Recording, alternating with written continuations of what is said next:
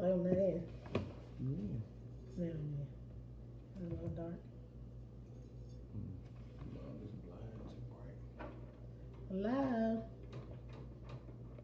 Trying to get our color right. How is everyone? Come on, check on in real quickly. It's 8 o'clock.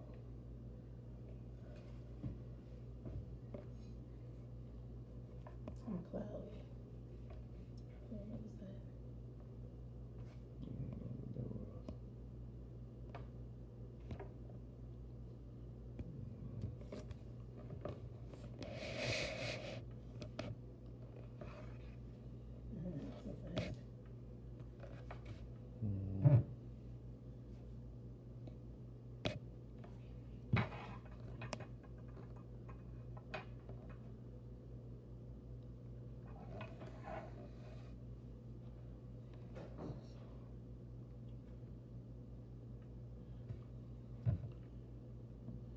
Let's see.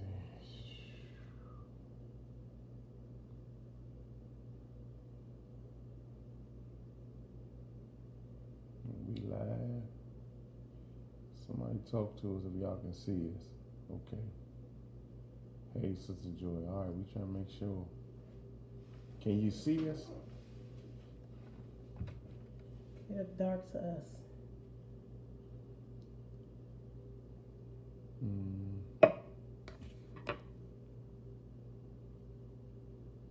Hello, hello, hello. Hello. Hey, hey. How is everyone? Do we look dark on the screen to you all? We Oh, can you see us. Okay. Yay! All right, well, we're going to go ahead and get started. It is 8:02. We're on a smaller screen tonight. We don't have the luxury of the laptop tonight, but it's okay. Sister Nita, what you mean no? No to what? You can't see us or you can see us? February are lightening up. Okay, well, just listen. All right. We'll work out the kinks. Yeah. Yeah, it must be the sun. Yes. I think that's what it is. Maybe you should open the blind. I don't know if that did anything. We're gonna make it work. Alright. Blind is open. It is over. And, We're doing our own lighting. Kevin, we need you. Damien, we need you. Alright, well, we're gonna get started.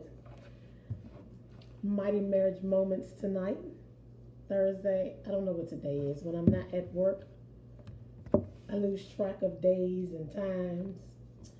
But it's Thursday, Mighty Marriage Moments Thursdays.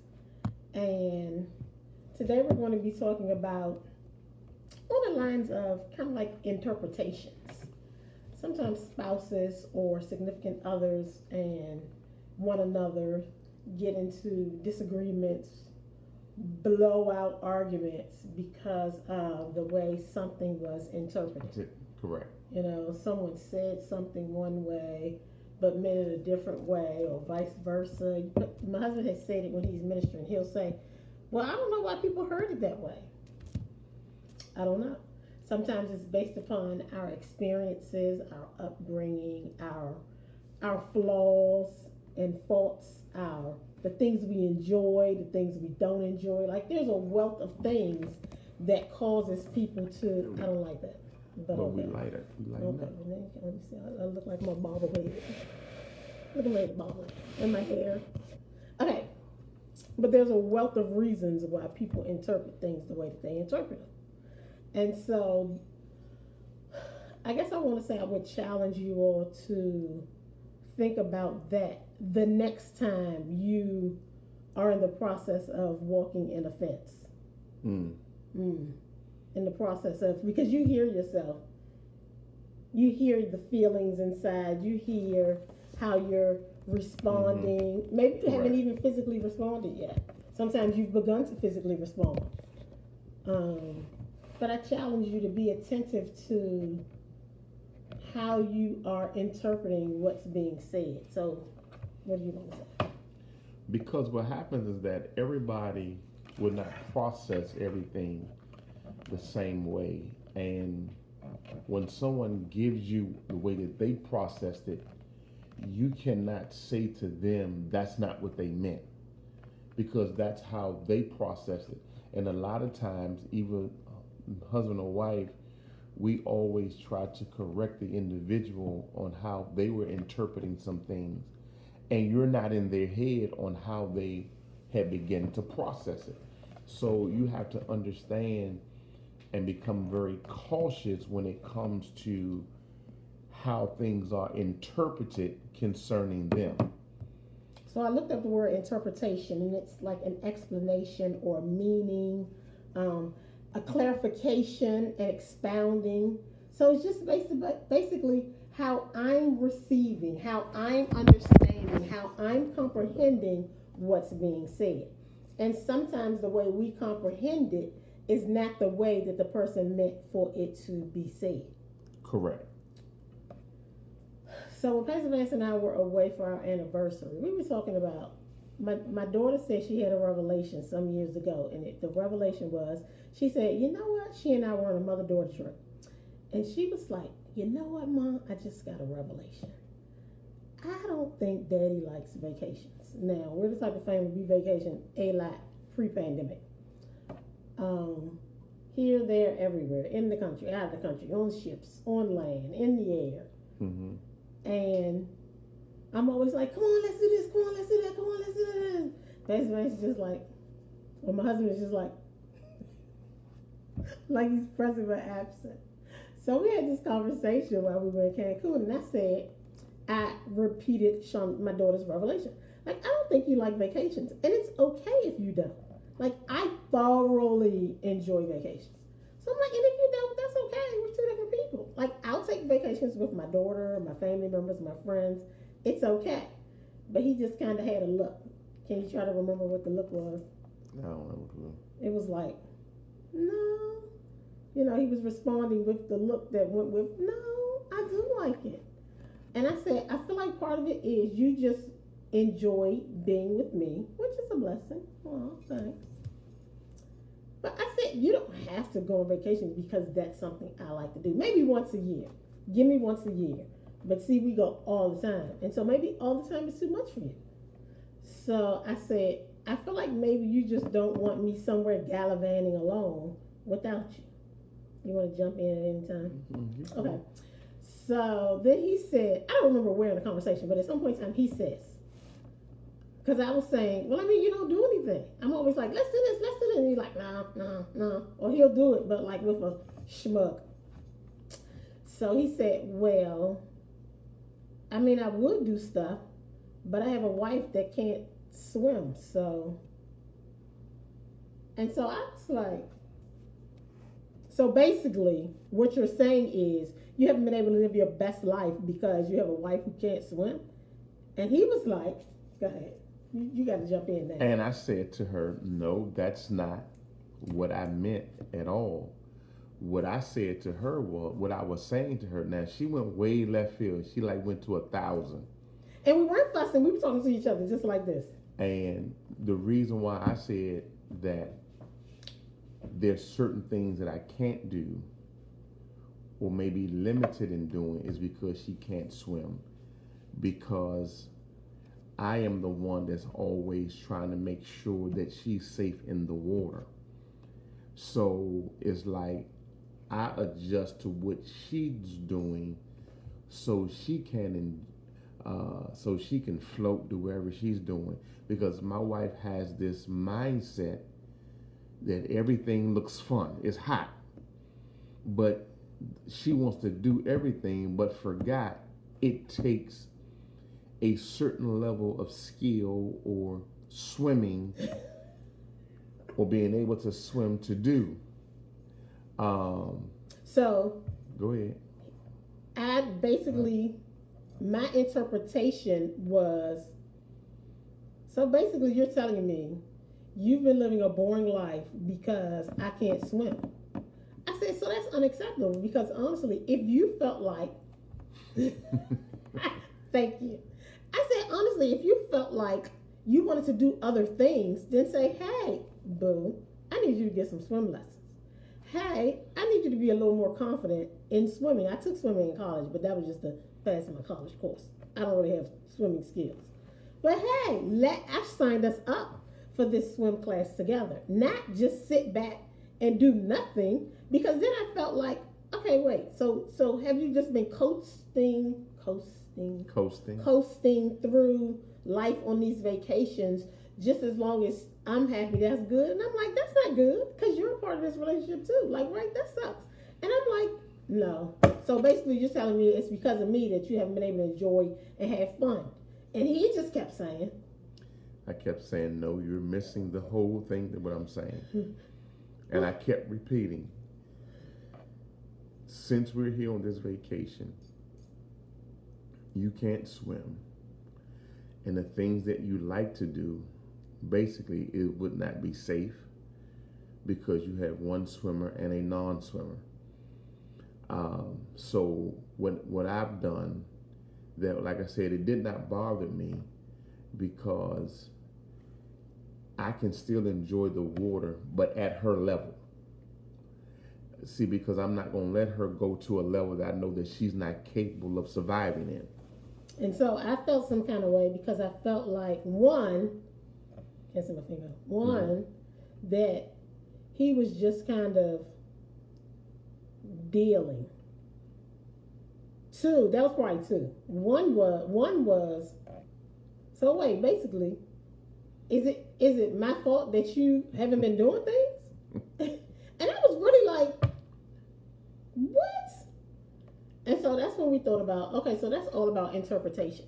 He was adamant about, what he said to me was, I thought it would make you feel good to know that here I am, sacrificing doing anything I want to do to make sure that you are good. And I'm like, no, that's not how I took it. And I said, well, if you wanted me to take it like that, I guess you should have said some different words because I didn't walk away taking it that way. And when I said like I said, well, I'm thinking that what I'm doing, she would have picked up on like, oh, he really does care about my well-being, me being happy, He is suppressing himself for my happiness, and he's not tripping. That was my thinking. That wasn't her thinking, because her thinking was very defensive, and she took it so like I was attacking her to say, not even attacking me, but like blaming her. Yeah, you the reason why right. I'm not having fun because you can't swim. And once again, keep in mind, because we're not the people that argue, go back and forth, holler, scream, and shout at each other. It's like you just take the words at surface level. So he said it at surface level. I took it the way I felt like I was taking it, and then boom, bam, there it was. And you can't.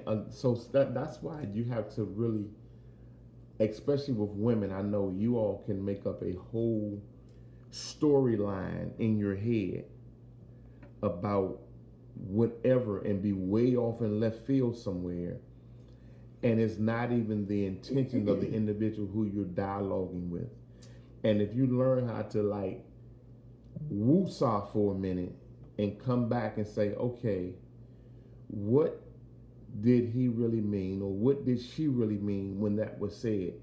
Because what happens is that the processing is different, the comprehension level is different, and I'm trying to figure out in my head, like, how in the world did she get way over there? And I had, and that was never my intent. And I think after she really began to process it some more, maybe after a couple of hours or so, it probably took me about an hour. But even at that point in time, I still didn't then internalize it the way you internalize it. But I just went with what you said. She's right? Like, well, okay, that's what you say. If that's what you say. That's what you say. And I'm just like, dang if you do, dang if you don't. Because what happened is that with women being so emotional, a defense mechanism kicks in to like, okay, you're not about to blame me for this or blame me for da da da. See, this is the thing. All right, let me give y'all some history. Pastor Ill's one of the ones that goes to the beach, out the country. We travel, and everything she see is hot. She want to do it, and she can't help save nobody in swimming. Well, that's why the Lord has not put me in that predicament. So she the one that where she will break the rules of whatever rules anybody have set. Like she'll ride a jet ski, but you know they tell you on jet skis, you can't stay in the shallow area. You got to go out. No, we're gonna go right here. But it's people right here swimming. You can't be. So now you got to tell the whole story. Let me finish. Okay, go ahead. Because I don't break the rules like that. That makes it sound bad. See, interpretation. I don't just go around breaking rules. Well, she changes the narrative. She changes the narrative. Put it that way. Even like when we was in we was somewhere. I don't know if it was Cancun or where we were on that, and she talking about parasailing. She's like, no, so they take me in person, they gonna have to go up just a little bit, and they ain't going up that far. They ain't going up real high, and they ain't going out far. Well, I'm like, well, babe, parasailing like is a parachute. They have to put wind under it, so you have to go high. Well, nah, I guess I ain't gonna be doing that then. Because if they can't like adjust what they normally do, because I've paid, if I was with my husband or my daughter, we've paid money for like a full hour for the jet ski or to do whatever, and I'm like, first of all, I don't need an hour because I don't want to go out far, but I do want to experience whatever. So I just want to be right here on the edges, like away from the people, but just as far out as I can go without going far, and just kind of go back and forth, right, back and forth, like a basketball court, basketball game. And she wants to control the speed by being a passenger. No, too fast, slow down. Yes. And if anybody's ever ridden a jet ski, the faster you go, the likelihood of falling off is lesser than going slow because the waves you catch more of the waves. But you can't tell her that. So, and then she's like, okay, ooh, what's that? Because we going slow. Okay, you go just a little faster. So it's like, so my thing is that I'm more aware of what I've done. I know my abilities and I know her abilities. So I know that based upon that area where that ability is not strong, I know how to adjust to make sure that her ability is a safe ability for her first and then for me. But see, another thing I thought about at that time when I was taking it the way I was taking it was that, so basically you're just deferring to me all the time, and I don't like that. That's not what a relationship should be about. It should be us deferring to one another. And for him to say, well, I would do other things, but I have a wife that can't swim. Like, what? So you've just not done anything because I can't swim? Like, no, that's unacceptable. So either at some point in time we take swimming lessons together, or I take it by myself. Either one would have worked. Or two, you say, hey, me and the boys, or I'm about to, and I'll be right back. You stay right here, or you go do whatever in the pool. But not just, like, I didn't like that either. So part of my interpretation was you're just basically not living your best life because you're worried about whether or not I'm going to be safe. And so now just equip me with what I need to be safe. And okay, yes, we trust God. But like he says, I kind of like to do nice things, crazy things. Monica. But I just didn't like that him saying that made me feel like, wow. So, I remember sitting there saying, okay, so wow. But in your relationships, that first moment when you feel like, did he say what? No, he did. Yes, no, she did. No. At that very moment, you need to stop and think, okay, wait. That woosah. Am I taking that the wrong way? Okay, wait. So let me repeat what you said.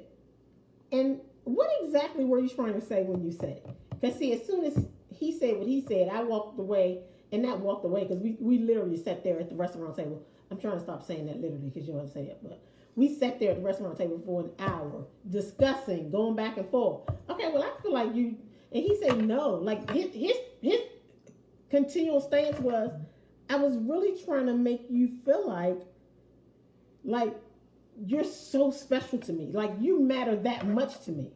But I don't know. That's not special to me. That's Because I want you to be having just as much fun as I'm having. Will somebody just type right there in the comments and say that's a good husband? Matter of fact, an awesome husband. Ain't nobody typing it. They typing in there. No, they're not. No, they're not. Yes, They're listening. So that was just one of our situations. And so my charge to you all, I told you each week I'm going to give you homework, is to be attentive to what's being said at the point in time that you're feeling like you're about to walk in the fence or you've begun to walk in the fence. Because remember, these relationships are supposed to be lifelong. These relationships are supposed to be until death do you part. And if ain't nobody dead, you should just keep going. And sometimes, even if he had meant it the way I had taken it, yeah, that would have been an issue too. But sometimes we have issues with others because we take things in the wrong way, right? And so anytime there's anytime there's that feeling of uneasiness or towards a spouse, towards someone you're about to marry, like you gotta look at those feelings and say, okay, did they cause them or did my interpretation of what was said cause them? And when you look at interpretation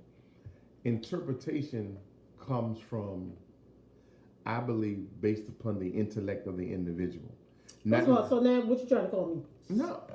Because what does that mean? No. It's based on the intellect of the individual. See what happened though? Listen, I never even watch finished. your words. I never even finished because what I'm going to say is based upon the intellect of the individual. It doesn't make you slow or smart than the individual. Because what happened is that intellect is also, I believe, based upon what you've put in yourself personally on how to develop, on how you internalize stuff. So it doesn't make you, one way or other. Ms. Denise, that is not funny. So, because, shucks, I lost my thought. Mm-hmm. Because if I'm feeling some kind of way about what you just said, sometimes it's, this is what I'm about to say. So we as black women, first of all, who are you talking to? Watch it.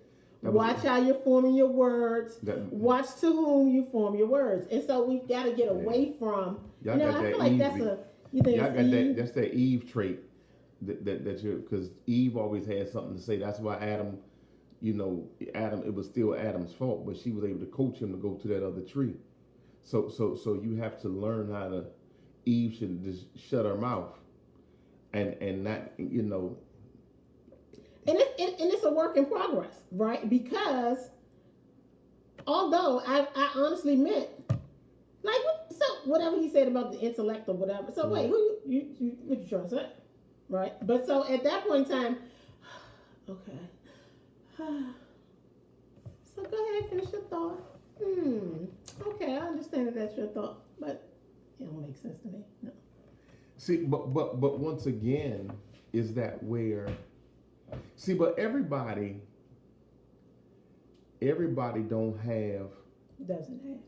doesn't have a me.